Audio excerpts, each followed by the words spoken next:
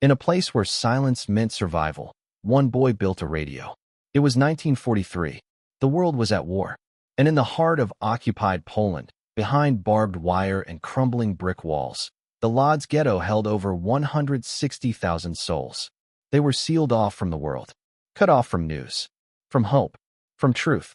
The Nazi regime controlled everything. What you ate, where you slept, what you knew. Information was a weapon they guarded fiercely. To listen to foreign broadcasts was punishable by death. To possess a radio was to sign your own execution order. But in one cramped attic room, lit only by the flicker of a single candle, a 16-year-old boy hunched over a table scattered with scrap metal, broken wires, and salvaged parts pulled from the ruins of the ghetto. His name was David, and he was building something forbidden. He didn't have blueprints. He didn't have tools. What he had was memory, fragments of lessons from before the war, when his father had worked in a radio repair shop. What he had was desperation. And what he had, most dangerously of all, was hope. Night after night, while others slept in fear, David twisted copper wires with trembling fingers. He soldered connections using a makeshift iron heated over a hidden flame. He tested circuits in silence, holding his breath, praying the faint crackle wouldn't carry through the thin walls. And then, one night, it happened. Through the static, through the hiss and the hum, a voice broke through. Distant, distorted, but unmistakable. It was the BBC, the Allies, the outside world. In that moment, sound became rebellion, and one boy's invention would become a lifeline for dozens, until the Gestapo began hunting for the signal. This is the story of the boy who built a radio in the ghetto, a story lost for nearly 50 years, until a diary and a bundle of broken wires brought it back from the silence. By 1943, the Łódź Ghetto was a city within a city, but it was a city designed to die. Established in February 1940, it was the second largest ghetto in Nazi-occupied Europe and one of the longest lasting. Over 160,000 Jews were forcibly relocated there, crammed into a neighborhood of just over 4 square kilometers in the industrial heart of Poland. Families of 6 or 7 were packed into single rooms. Privacy was a luxury no one could afford. Hunger was constant. The ghetto was sealed. Barbed wire encircled the perimeter. Armed guards watched every gate. No one entered. No one left, except in cattle cars bound for the death camps. Inside, life was a careful performance of survival. The Nazis transformed the ghetto into a massive forced labor camp. Textile factories, metalworks, shoemaking workshops. The residents worked 12, 14, 16-hour days producing goods for the German war machine. In return, they received rations barely enough to sustain life. Bread made from sawdust, watery soup, a slow starvation by design. But it wasn't just hunger that killed the spirit. It was isolation. The Nazis understood that control wasn't only physical, it was psychological. They severed every connection to the outside world. No newspapers, no letters, no telephones, and most critically, no radios. Possession of a radio was punishable by immediate execution, not just for the owner, but often for their entire family. The Gestapo conducted random searches, tearing through homes, overturning furniture, ripping apart walls. Informants were everywhere. Trust was a dangerous gamble. The regime wanted the ghetto inhabitants to live in a vacuum, cut off from news of the war, from Allied advances, from any whisper that liberation might be coming. They wanted them to believe they were forgotten, abandoned, alone. And for most, that's exactly what they believed. In this world of silence and despair, information became more valuable than food. Rumors spread like wildfire, whispered in workshops, passed in ration lines, carried on the wind of desperation. Is the war turning? Are the Allies winning? Will anyone come for us? No one knew. No one could know. But David refused to accept the silence. He had seen his father's hands work magic with wires and vacuum tubes before the war. He remembered the glow of a radio dial, the voices that traveled through the air from distant cities, distant worlds.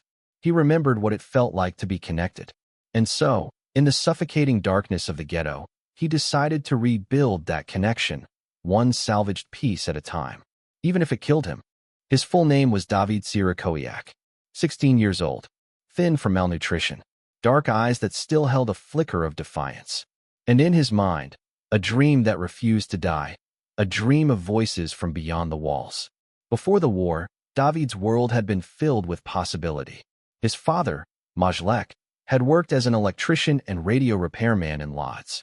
Their small apartment had always hummed with the magic of technology, vacuum tubes glowing amber in the dark, the smell of hot solder, the satisfying click of a dial finding its frequency. David would sit for hours watching his father's hands move with precision, connecting circuits, breathing life into silent boxes until they sang with distant orchestras, news broadcasts, voices from Paris, London, America. His father had taught him the language of electricity, how current flows, how a capacitor stores energy, how an antenna pulls invisible waves from the sky and transforms them into sound. To young David, it wasn't just science, it was alchemy. It was proof that even when you were alone, separated by miles or borders or walls, you could still hear another human voice. You could still touch the wider world. But that was before the decrees, before the yellow stars, before the forced march into the ghetto with whatever they could carry, before his father grew too weak from hunger to work, before the workshops and the wire fences and the watching eyes. Now, in 1943, in a cramped attic space he shared with his family, David held on to that knowledge like a sacred text. And slowly, impossibly, an obsession took root. What if he could build it again? What if he could recreate that magic here, in this place designed to erase hope? He started small. A scavenging mission disguised as daily survival. A discarded coil of copper wire found near the metal workshop, pocketed when no one was looking. A broken battery, still holding a faint charge, traded for half a ration of bread. Tin cans flattened and cut into crude components. A shattered headphone salvage from the debris of a liquidated apartment. He had no proper tools. No soldering iron, no pliers, no multimeter. He made do. He heated nails over a hidden candle flame to melt bits of scrap, lead for connections. He stripped wire insulation with his teeth when his fingers were too cold to grip. He drew circuit diagrams on pieces of torn cardboard, equations and symbols scratched in pencil, hidden beneath loose floorboards when the Gestapo patrols came through. His mother watched with silent terror. His father, weakened and sick, watched with something else, a mixture of pride and dread. They both knew what would happen if he was caught, but they also understood what drove him. The need to know, the need to hear that the world hadn't forgotten them. Night after night, by the light of a single candle, David worked. His hands trembled, from cold, from hunger, from fear, but they never stopped moving. Twisting, connecting, testing. He worked in near-total silence. Every creak of the floorboards made his heart stop. Every distant shout from the street below sent him scrambling to hide his materials. He wrapped the components in rags to muffle any sound. He tested connections only in the darkest hours, when even the guards grew tired. And slowly, piece by impossible piece, the radio began to take shape. It wasn't beautiful. It was a Frankenstein's monster of salvaged parts, exposed wires, uneven solder joints, a crude antenna fashioned from stolen telephone wire. But to David, it was the most important thing he had ever created, because it represented something the Nazis could never take away. The belief that silence could be broken, that truth could travel through walls, that somewhere beyond the barbed wire, the world was still turning. And if he could just tune it correctly, if he could just find the right frequency, he would hear it. He would hear hope. The construction of the radio was an act of engineering genius born from desperation, and an exercise in invisible rebellion. Every component was a story. Every piece carried risk. The antenna wire came from a telephone line that had been cut during a raid. David waited 3 days, watching, memorizing the patrol schedule, before crawling into the rubble at dawn to retrieve it.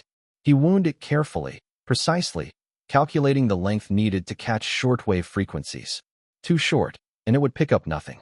Too long, and it might be spotted through the window. He hid it along the edge of the attic ceiling, disguised beneath peeling wallpaper and grime. The tuning coil, the heart of any radio, was perhaps his greatest challenge.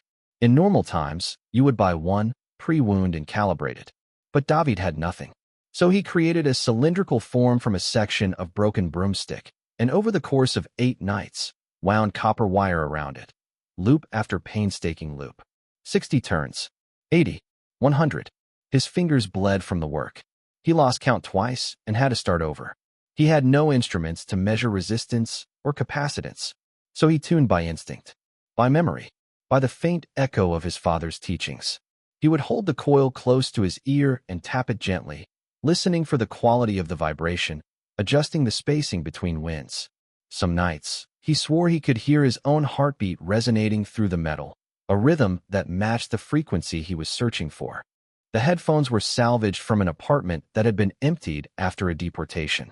David found them crushed beneath a toppled bookshelf, one earpiece shattered. He carefully disassembled the working side, extracted the magnetic speaker element, and rebuilt it inside a tin can to amplify the sound.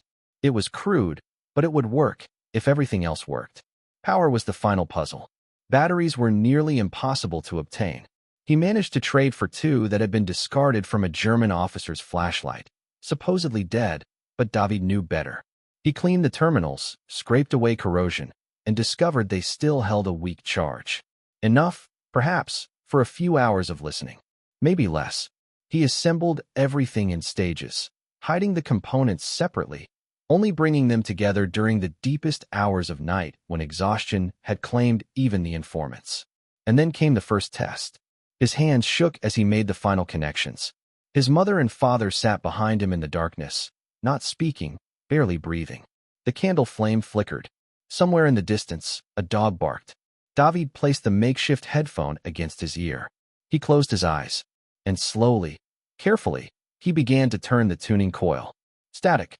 Nothing but static. He adjusted, waited, adjusted again. More static.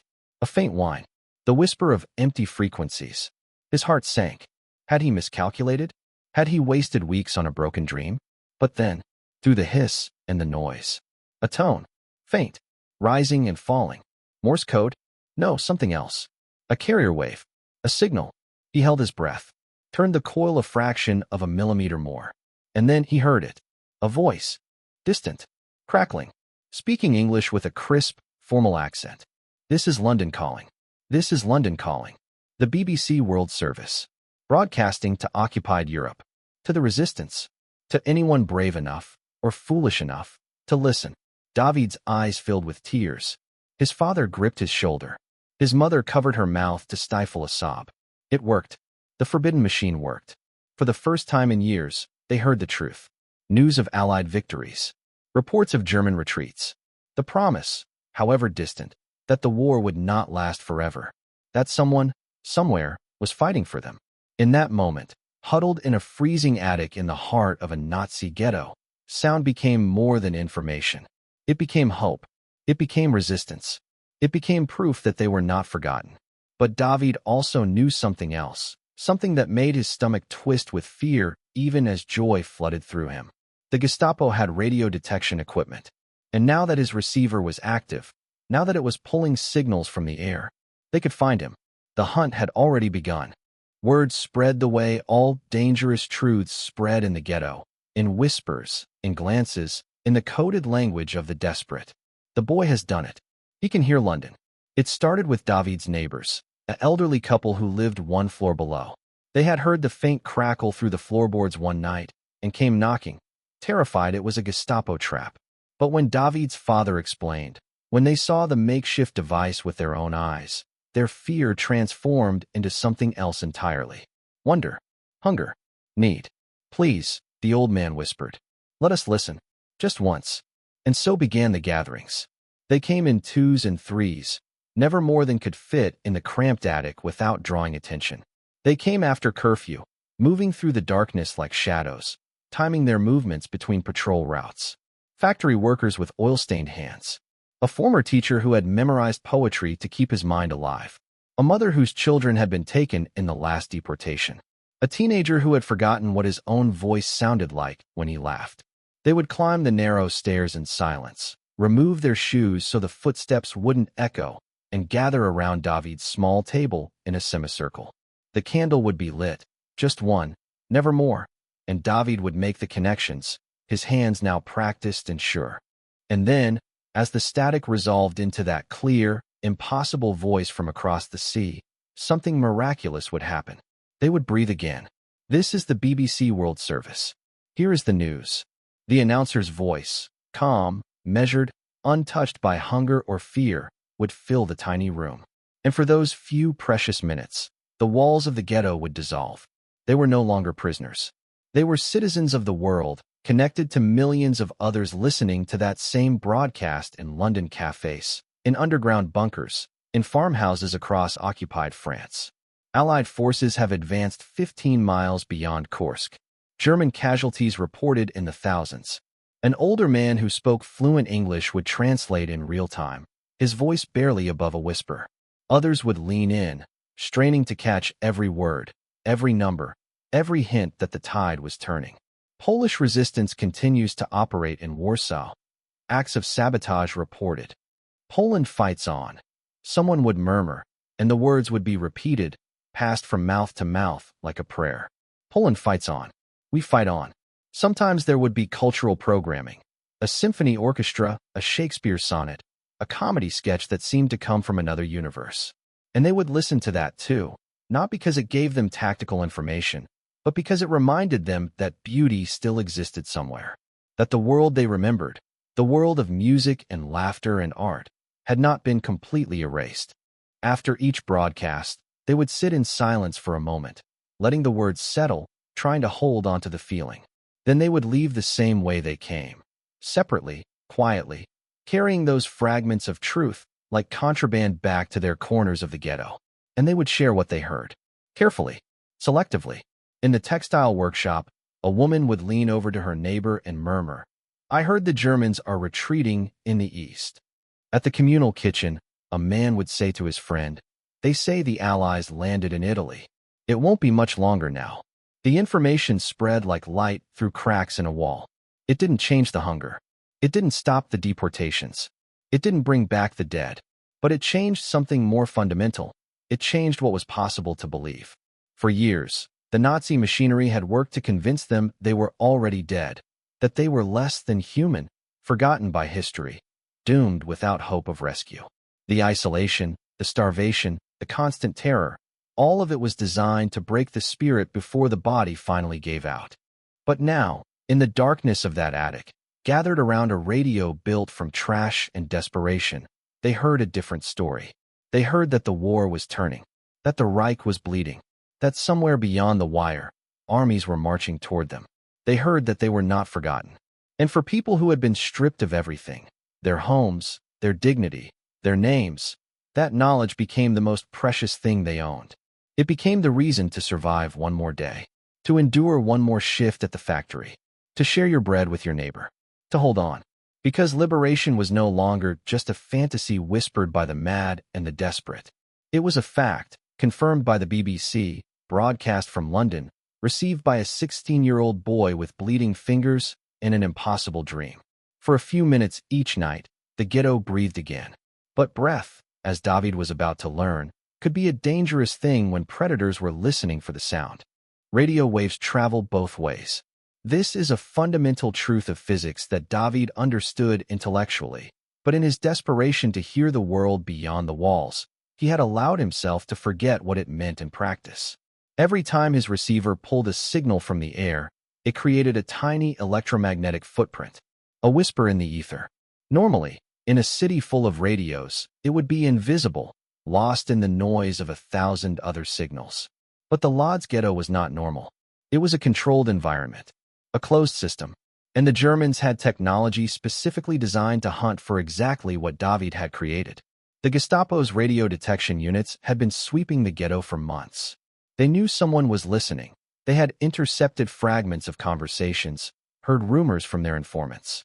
An illegal receiver was operating somewhere in the district. And illegal receivers meant resistance, organization, hope, all things that had to be destroyed. They used direction-finding equipment, sensitive antennas mounted on trucks that could triangulate a signal's source. They would drive slowly through the streets at night, operators wearing headphones, watching needle gauges twitch and swing, getting warmer, closer. Baladi Street, the neighborhood where David lived. On the night of November 7th, 1943, the gatherings had been particularly crowded. Nearly a dozen people had climbed the stairs to the attic. The BBC was reporting major Soviet advances. Kiev had been liberated. The German army group south was in retreat. The news was too important not to share. David had kept the radio on longer than usual, 20 minutes, then 30. His father had urged caution, but the listeners were hungry for more. Just one more report. Just one more confirmation that the tide was truly turning. No one heard the trucks pull up outside. No one noticed the patrols fanning out through the building until boots were already echoing in the stairwell. Someone whispered, "Gestapo," and the room exploded into silent panic. People scrambled for the door, but it was too late. Flashlight beams were already cutting through the darkness below. There was no other way out. The attic was a trap. David's hands moved on instinct. He disconnected the headphone, pulled the antenna wire from the window frame, started to disassemble the components, but there wasn't time. There would never be enough time. His father grabbed the main body of the radio and shoved it beneath the floorboards, covering it with loose planks. His mother pushed the listeners toward the corners, hissing at them to pretend they were simply gathered for warmth, for companionship. But the antenna wire was still visible along the ceiling edge, partially exposed where the wallpaper had torn away. David reached up, trying to pull it down, to hide it somehow. The door burst open. 3 Gestapo officers. Flashlights blazing. Guns drawn. Alle bleiben stehen. All of you, stay where you are. The room froze. No one breathed. No one moved. The lead officer swept his light across the faces. Gaunt, terrified faces that flinched from the brightness like animals caught in a hunter's sight. His gaze moved methodically. The overturned crate that served as a table. The candle, still burning. The scattering of metal scraps David hadn't had time to hide. And then, inevitably, the light traveled upward, to the wire running along the ceiling. The officer's expression didn't change. He simply reached up, grabbed the wire, and pulled. It came away from the wall in a cascade of plaster dust, revealing its full length. Far too long to be anything innocent. Ein radio. A radio. He looked directly at David, at the boy's hands, still raised from trying to reach the wire, at the solder burns on his fingers, the copper stains on his palms. It wasn't a question. 2 soldiers grabbed David's arms and wrenched them behind his back. His mother screamed, a sound quickly silenced by a rifle but to her stomach. His father lunged forward and was struck down, crumpling to the floor. They tore up the floorboards, found the radio body, held it up like evidence of a capital crime, which, in their law, it was. The officer spoke calmly, almost conversationally, in German. "You built this." David said nothing. His jaw was clenched so tight, he thought his teeth might shatter. Impressive work. For a Jew. The officer turned the device over in his hands, examining the soldering, the improvised components. "Where did you learn?" Silence. The officer smiled. "It doesn't matter. You've heard your last broadcast." They dragged David toward the door. His mother was sobbing. His father was trying to rise, blood running from his temple. The other listeners pressed themselves against the walls, praying to be overlooked, knowing they would all be questioned, all punished for the crime of listening. As David was pulled down the stairs, he looked back once, at the room, the candle still burning, the broken radio in the officer's hands. The hands that built hope were now bound behind his back with wire. Perhaps even wire he had scavenged himself. And then he was outside, in the November cold, being shoved into the back of a truck with other prisoners arrested in the night sweep. The engine started. The truck pulled away. And the signal, that impossible signal that had carried hope through the darkness, went silent. In the attic, the candle burned down to nothing. On the table, a single broken wire remained. After that night, the attic on Ballady Street returned to what it had been before, a cold, empty space where people waited to die. David Sirakoyak was taken to the Gestapo headquarters on Koszalny Square.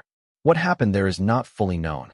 The records, if they ever existed, were destroyed as the Germans retreated. But we know the patterns. The interrogations. The torture designed to extract names of collaborators, details of resistance networks, sources of contraband. We know that David did not break. None of the other listeners were arrested in the following weeks. His parents were beaten but released. The radio network, if it could be called that, remained undiscovered beyond that single attic room. He protected them. A 16-year-old boy, beaten and starving, protected them with his silence. In August 1944, as Soviet forces approached from the east, the Nazis began the final liquidation of the Łódź Ghetto. It had been the last ghetto in Poland still operating, the last sealed prison where tens of thousands clung to the impossible hope of survival. Now even that hope was being extinguished. The remaining prisoners were loaded onto cattle cars and transported to Auschwitz-Birkenau. Among them were David's parents. Among them, we believe, was David himself, though his name appears on no transport list, no selection record, no death certificate. After August 1944, David Sierakowicz simply vanished from history. He became one of the 6 million. A name, a number, a life reduced to absence. The ghetto itself was emptied and abandoned. The workshops fell silent. The apartments, once packed with families, were left with doors hanging open, revealing the small, desperate artifacts of interrupted lives. A child's shoe, a cooking pot, a photograph face down on a table. And in the attic on Ballady Street, beneath the loose floorboards where David had hidden his radio, something else remained. A notebook. He had been keeping a diary since before the war, a habit his teacher had encouraged, a way to process the world through words. Even after they were imprisoned, even as hunger and fear consumed everything, David continued to write. About daily life in the ghetto, about his father's declining health, about his dreams of school, of normalcy, of a future that seemed to recede further with every passing month. And about the radio. In small, careful script, he had documented the construction process, the scavenging of parts, the calculations, the first successful reception of the BBC signal, the gatherings, the faces of the people who came to listen, the hope he saw kindle in their eyes. He had written it all down, knowing it might be the only proof that any of it had happened. The notebook stayed hidden for 47 years. The building survived the war, damaged but standing. It was repaired, converted, occupied by new families who knew nothing of what had transpired in that attic. The floorboards remained untouched, the space beneath them sealed like a tomb. Until 1991. During renovations, a construction worker prying up old planks discovered something wrapped in oilcloth, remarkably well preserved given the decades. Inside was the diary, and beside it, tied together with string, a collection of wire scraps, a broken coil, and what appeared to be a crude capacitor fashioned from tin and wax paper. The remains of the radio. The diary was turned over to the Jewish Historical Institute in Warsaw. Researchers immediately recognized its significance. David Sierakowicz' earlier diary entries had been published before. He was already known as one of the most eloquent young voices documenting life in the Łódź Ghetto. But these final pages, these descriptions of building the radio, of the secret gatherings, of the night the Gestapo came, were new, unknown, a fragment of history recovered from beneath the floorboards. The diary was translated, published, added to the historical record, and suddenly, David was no longer just a name in a list of the murdered. He was the boy who built a radio, the boy who brought hope to the hopeless, the boy who refused to accept silence.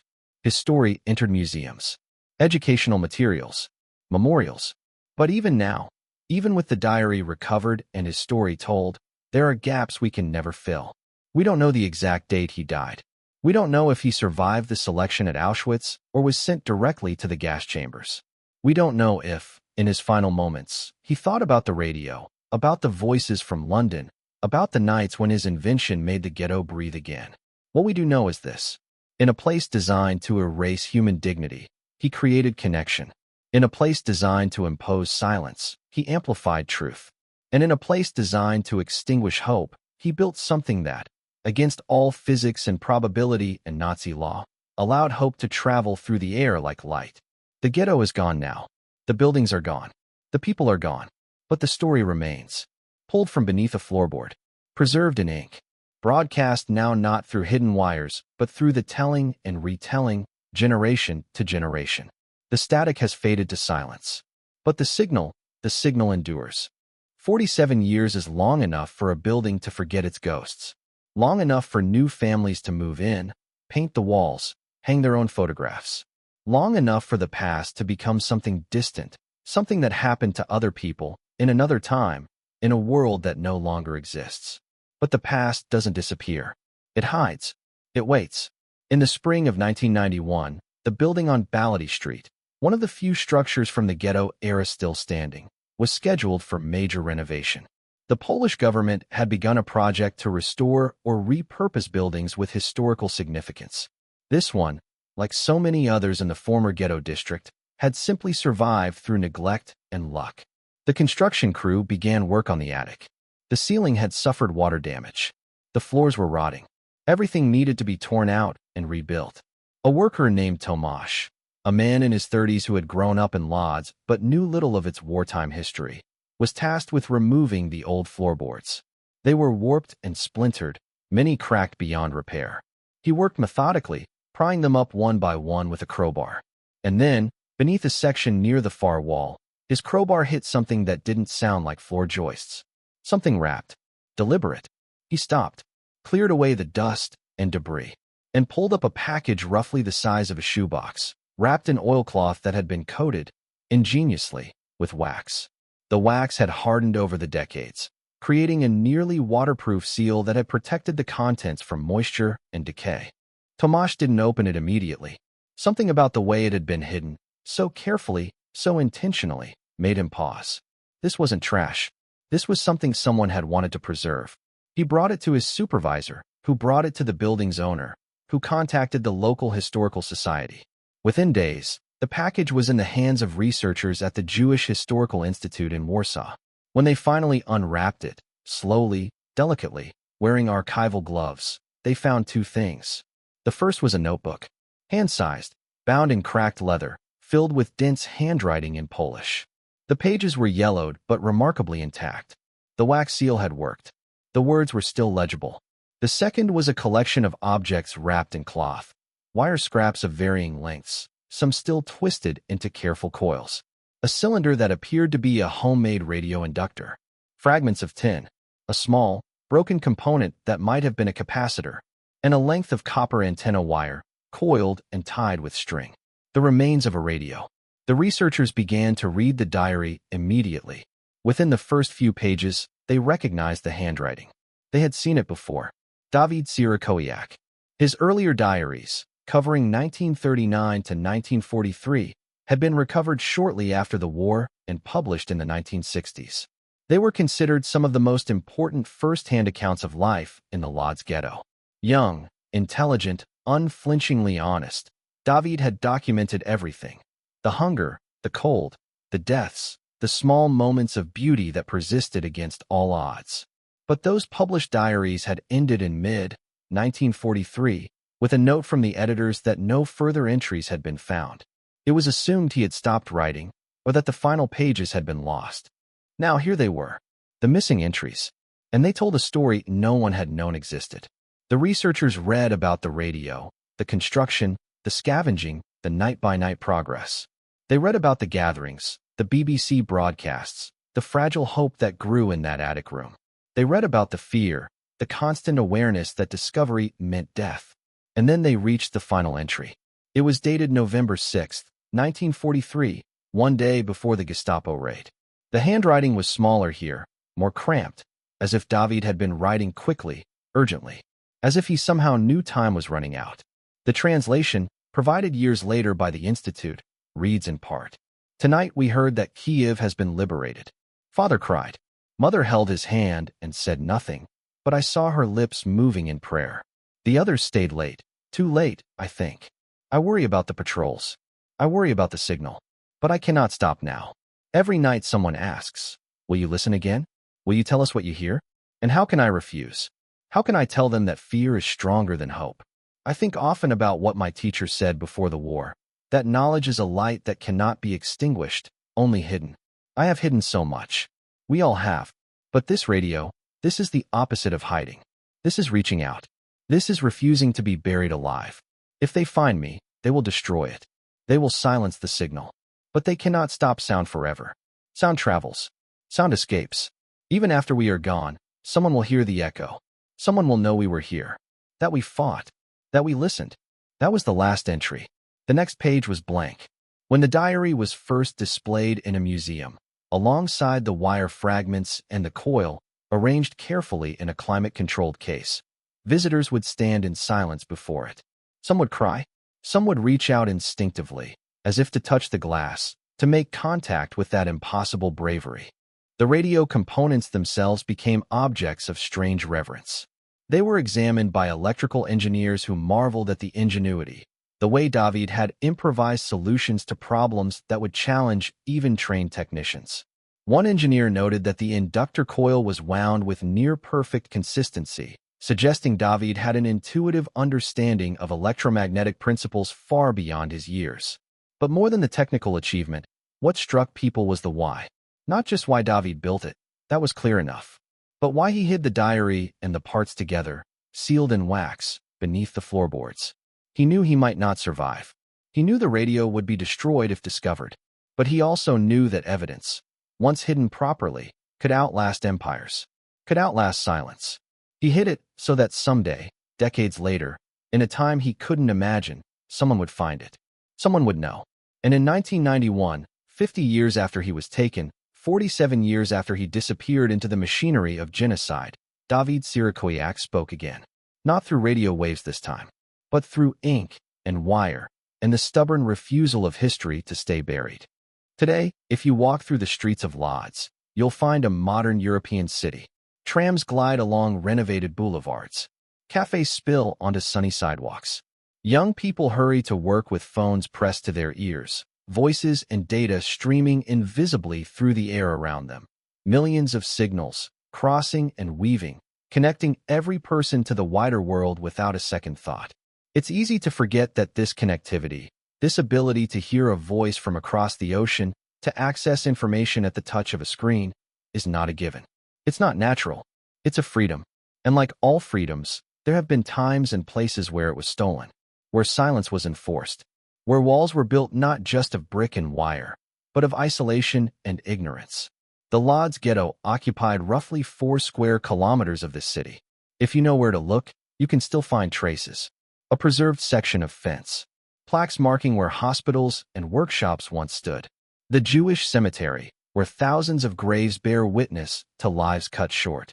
And in the city's Museum of Independence, behind glass in a dimly lit room, you can see David Sirakoyak's radio. The wire coils, oxidized and fragile. The tin components, bent and broken. The diary, open to that final page, the ink faded but still legible. Visitors stand before it, students, historians, tourists, survivors' descendants, and they ask themselves the same question. How? How does a 16-year-old boy, starving and terrified, find the will to build something so dangerous? How does he choose hope over survival when those two things stand in direct opposition? The answer, perhaps, is that every signal begins as a spark. A single electron, jumping. A current, flowing through resistance. A wave, propagating outward into space, carrying information that someone, somewhere, might receive. Physics tells us that radio waves travel at the speed of light, that they weaken with distance but never truly disappear. They simply fade into the background noise of the universe, becoming part of the endless static that fills the space between stars.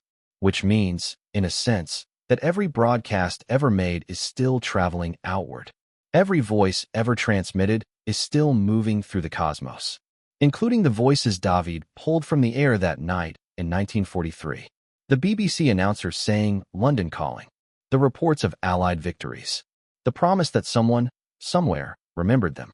Those sound waves are still traveling, still spreading, still carrying that impossible message. You are not alone. And David's story, recovered from beneath a floorboard, translated, published, told and retold across decades, is itself a kind of broadcast. A signal sent forward through time instead of space. It reaches us now. You, listening to these words. Me, speaking them. All of us, connected across generations by the simple act of remembering. Because that's what resistance looks like sometimes. Not armies or uprisings or dramatic gestures. Sometimes it's quieter, smaller. Sometimes it's a boy with bleeding fingers, tuning a coil by the echo of his heartbeat. Sometimes it's the choice to build when everything around you is being destroyed. Sometimes it's the belief that sound, truth, connection, hope, cannot be silenced forever. The Nazis built the ghetto to erase people, to reduce them to numbers, to labor, to ash. They built it to prove that certain lives didn't matter, that certain voices didn't deserve to be heard. David's radio was a refusal of that erasure, a declaration, made in copper and tin and stolen wire, that he mattered. that the people gathered in that attic mattered, that the truth mattered. And 70 years later, we know he was right. Because we're still listening. Every signal begins as a spark, even in a place built to erase sound. One boy tuned into freedom, and for a moment, the world answered. The frequency of hope is not found on any dial. It's not measured in megahertz or wavelengths.